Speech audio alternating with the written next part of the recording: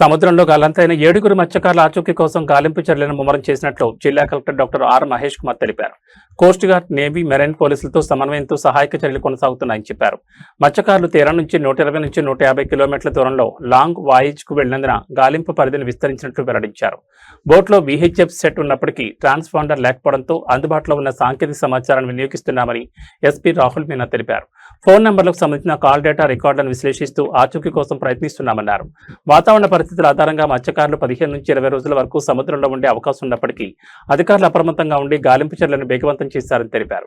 మరో 2-3 రోజుల్లో ఆచూకీ లభించి వారు క్షేమంగా తిరిగి వస్తారని ఆశాభావం వ్యక్తం చేశారు. కుటుంబ సభ్యులు ఆందోళన చెందొద్దని, వారిని సురక్షితంగా తీసుకొచ్చేందుకు అన్ని చర్యలు చేపడుతున్నామని కలెక్టర్ ఎస్పీ భరోసా ఇచ్చారు.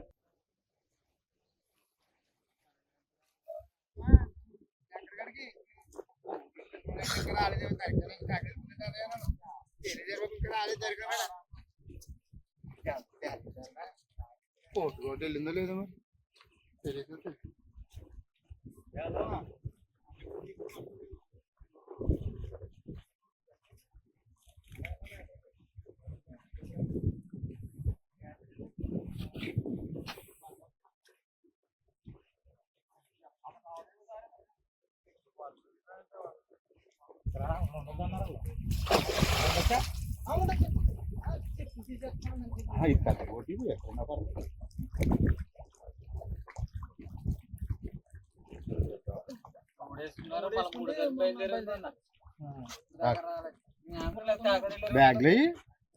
బ్యాగ్ అక్కడ వదిలేం ఏంటి లోగుగా కాలర్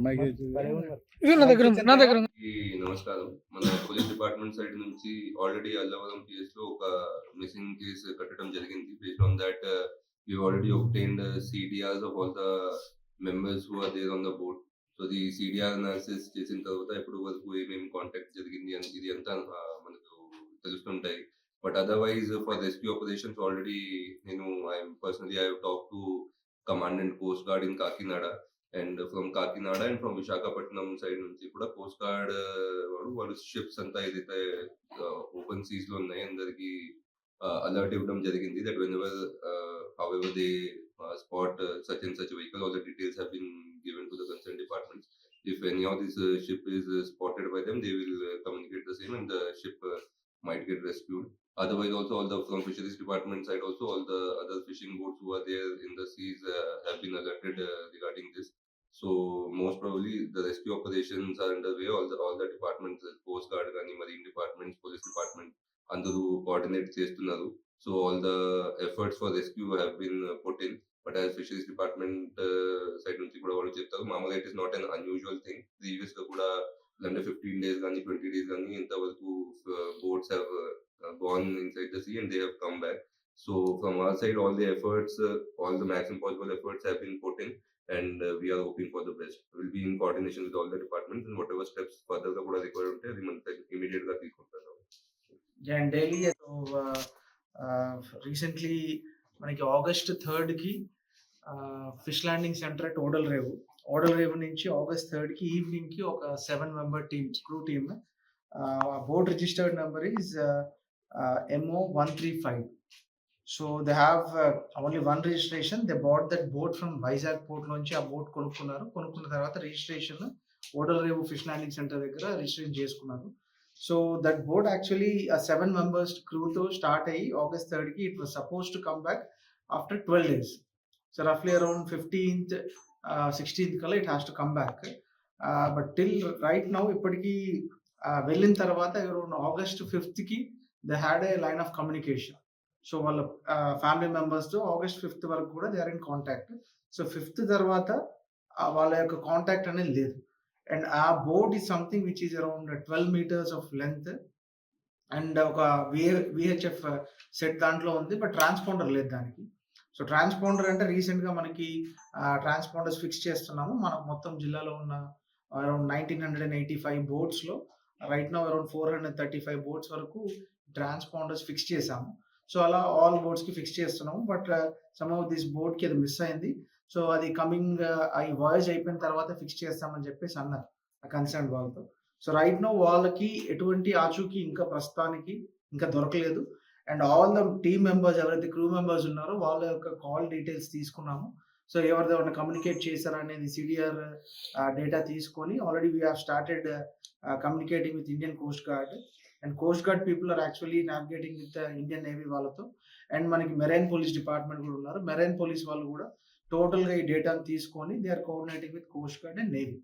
సో ఇందులో వన్ మోర్ థింగ్ ఏంటంటే వీవర్ టోల్డ్ యాక్చువల్లీ కోస్ట్ నుంచి రఫ్లీ ఒక 120 to 150 కిలోమీటర్స్ డిస్టెన్స్లో ఉన్నారు, వెళ్ళారు, లాంగ్ వాయేజ్కి వెళ్ళారు. సో అక్కడి నుంచి అక్కడ ఫిష్ దొరకలేదని they might be going in towards north east or north west side. So ఆ విధంగా దే హ్యావ్ బీన్ ఇన్ వేరే రూట్లో వెళ్ళిపోయి ఉంటారు అనుకుంటున్నాము. సో అది ఆల్రెడీ మనకి ఆ ఏరియాస్లో పర్టికులర్ ఏరియాస్లో ఎవరైతే ఫిషింగ్ మెన్ వెళ్తారో అంటే మనకి కాకినాడ నుంచి కావచ్చు, ఉప్పాడ నుంచి కావచ్చు, you have group of fishermen ఆ ఏరియాస్లో ఫిషింగ్ చేసే వాళ్ళు ఉంటారు. సో వాళ్ళ కమ్యూనిటీకి అందరికీ కూడా అక్కడ ఉన్న ఫిషింగ్ ఎవరైతే వెళ్ళారో ఆ కన్సర్న్ డిస్ట్రిక్ట్ ఫిషరీస్ ఆఫీసర్కి ఈ డేటా అంతా కూడా కమ్యూనికేట్ చేయడం జరిగింది. సచ్ దట్ వాళ్ళు ఎవరైనా ఈ బోట్ని చూసి ఐడెంటిఫై చేసి వాళ్ళతో అట్లీస్ట్ కాల్స్ చేస్తారని చెప్పేసి. సో ఈ విధమైన కోఆర్డినేషన్ ఎక్సైజ్ అంతా కూడా జరుగుతుంది. So we are already in touch with all the concern agencies. So దీంట్లో first of all I want to make sure that అంటే this is not something 12 days or 15 days voyage. It's not a rare thing as said by the fisheries department. They might extend around 4 to 5 days plus or minus లో వెళ్తుంది depending upon the catch they have.